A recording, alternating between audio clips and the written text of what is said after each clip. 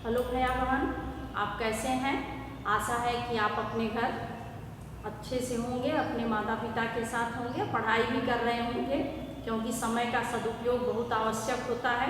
और जो समय बीत जाता है वह फिर पुनः लौट के नहीं आता है।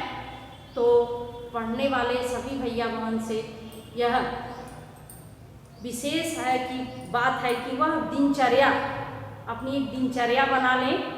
सोने उठने, विद्यालय नहीं भी जा रहे हैं तो उस समय बैठ कर के घर पर अध्ययन कार्य करें और उस दिनचर्या के अनुसार अगर वह कार्य कर रहे हैं तो सदैव वह आपकी जो डायरी दैनंदिनी है उस दैनंदिनी में भी दिनचर्या दी गई है, उस दिनचर्या के अनुसार एक अपना बना लें, समय सारणी बना के अपने घर में लगा लें, उसी के अनुसार कार्य करें। क्योंकि यह कोरोना जैसी महामारी के चलते एक वैश्विक महामारी है जो इसको बताया नहीं जा सकता कब खत्म हो जाएगी, और इसमें हम अपने समय का सदुपयोग करें, अधिक से अधिक अध्ययन करें। तो इसके लिए सबसे पहले हम दिनचर्या बनाएं। अपनी दिनचर्या कैसे, कितने बजे हम उठें, कब योग करें, कब हम अध्ययन कार्य करें, कब खेलें भी, खेलने का भी समय बना लें। आज के इस वीडियो में हम आपको एक प्रेरक प्रसंग सुनाऊंगी कि किससे व्यक्ति महान और सर्वश्रेष्ठ होता है। एक बार नैमिषारण्य में बड़े बड़े ऋषियों का वहाँ सम्मेलन हुआ। वहाँ दूर दूर से बहुत से ऋषि मुनि आए और उसमें यह एक प्रश्न उठा कि सबसे सर्वश्रेष्ठ कौन है। सर्वश्रेष्ठ का मतलब इन देवताओं में, त्रिदेवों में, त्रिदेव मतलब ब्रह्मा विष्णु महेश, इन त्रिदेवों में सबसे सर्वश्रेष्ठ कौन है। और इस बात को लेकर के सब लोग अपना विचार विमर्श देने लगे। कोई शंकर को सर्वश्रेष्ठ मान रहा था, कोई ब्रह्मा को क्योंकि वह सृजन का कार्य करते हैं, कोई विष्णु को मान रहा था क्योंकि वह सबका भरण पोषण करते थे। और इसी तरह से अंत समय तक यह सिद्ध नहीं हो पाया कि कौन सर्वश्रेष्ठ। इसके लिए यह हुआ कि इसे परीक्षा ली जाए, क्योंकि जब प्रयोग के द्वारा या परीक्षा के द्वारा सिद्ध कर दिया जाता है तो उसको कहा नहीं जा सकता कि यह सही नहीं है। परीक्षा ली गई तो हुआ कि इन लोगों की परीक्षा लेने कौन जाए, तो उसके लिए भृगु ऋषि को चुना गया। और जो जमदग्नि के पिता थे भृगु ऋषि, और जमदग्नि के जो हैं उनसे परशुराम जी पैदा हुए। तो भृगु ऋषि जब गए तो उनके अनुसार सब ब्रह्मा को सर्वश्रेष्ठ मान रहे थे। वो बहुत जल्दी ही ब्रह्मा जी के ब्रह्मलोक में गए, और ब्रह्मलोक में जैसे ही वो गए सोचे कि मेरी आवभगत होगी, हमें उनके ब्रह्मा जी के जो सेवक हैं वो बुलाने आएंगे, लेकिन ऐसा कुछ नहीं हुआ। ब्रह्मा जी अपने सृजन कार्य में लगे थे, इनसे कुछ इनकी आवभगत ही नहीं हुई, कोई पूछा ही नहीं। अब उस समय भृगु ऋषि को बहुत क्रोध आया। बच्चों, उस समय ऋषि मुनि अपने तपोबल के कारण बिना किसी संसाधन के उड़ते हुए आकाश मार्ग में चले जाते थे, पृथ्वी लोक से आकाश लोक में चले जाते थे। ऐसी शक्ति रहती थी उनके पास। तो ब्रह्मा जी भी कुछ नहीं पूछे, कुछ पूछे ही नहीं, अपने सृजन कार्य में लगे रहे।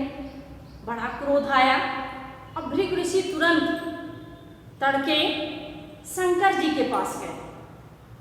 सोचे कि शंकर जी इसका निवारण कर देंगे, विष्णु जी के पास जाना ही नहीं पड़ेगा। और शंकर जी भी अपने ध्यान में जटाजूट खोले, ध्यान में एकदम बैठे हैं, और उनके जो गण लोग हैं वह बाहर खड़े पहरा दे रहे हैं। कहें कि जाइए महादेव से कहिए, देवों के देव से कहिए कि भृगु ऋषि आए हैं और तुरंत मिलना चाहते हैं, आपके दर्शन के लिए आए।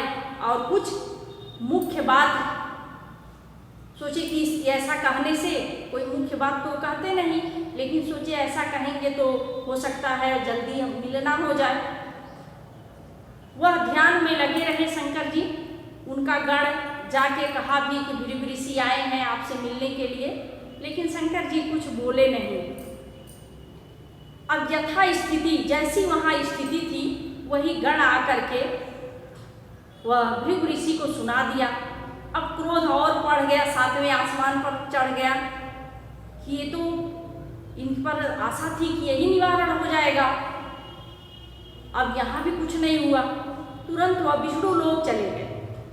क्षीर सागर पर सोए हैं आनंद से, और जाते ही इतना इनका गुस्सा बढ़ गया था कि क्रोध में आकर के या अपने चरण पादुका पहने ही विष्णु जी के छाती पर प्रहार कर दिए। अब जैसे ही उनके छाती पर प्रहार किए, विष्णु जी नींद से उठ गए और इनके पैर को पकड़ के सहलाने लगे।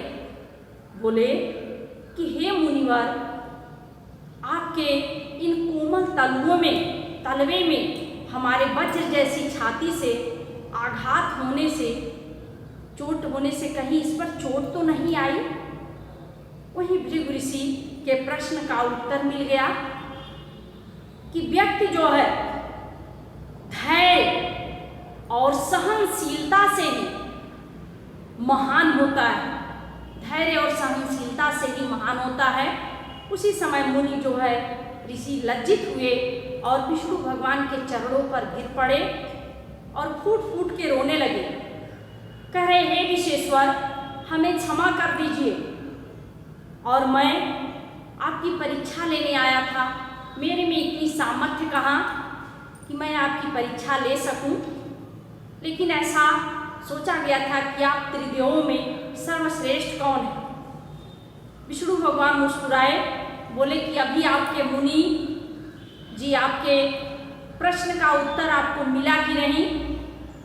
बोले मुझे प्रभु मिल गया। तो इस प्रेरक प्रसंग से या इस सूक्ष्म कहानी से हमें यह शिक्षा मिली है कि व्यक्ति अपने धैर्य से, सहनशीलता से ही सर्वश्रेष्ठ होता है, न कि वह बड़े बड़े कार्य करने से। और कर्म हमारे बड़े हों, बड़े कर्म तो सब लोग करते हैं, लेकिन वह कर्म जो है सबके लिए अगर हित और उपयोगी हो, हितोपयोगी हो, सबके हित के लिए हो, तभी वह कार्य आपका सर्वश्रेष्ठ, सबकी भलाई के लिए हो। कहा गया है ना, वृक्ष कबहू नहीं फल बखाए, नदी न संचय नीर।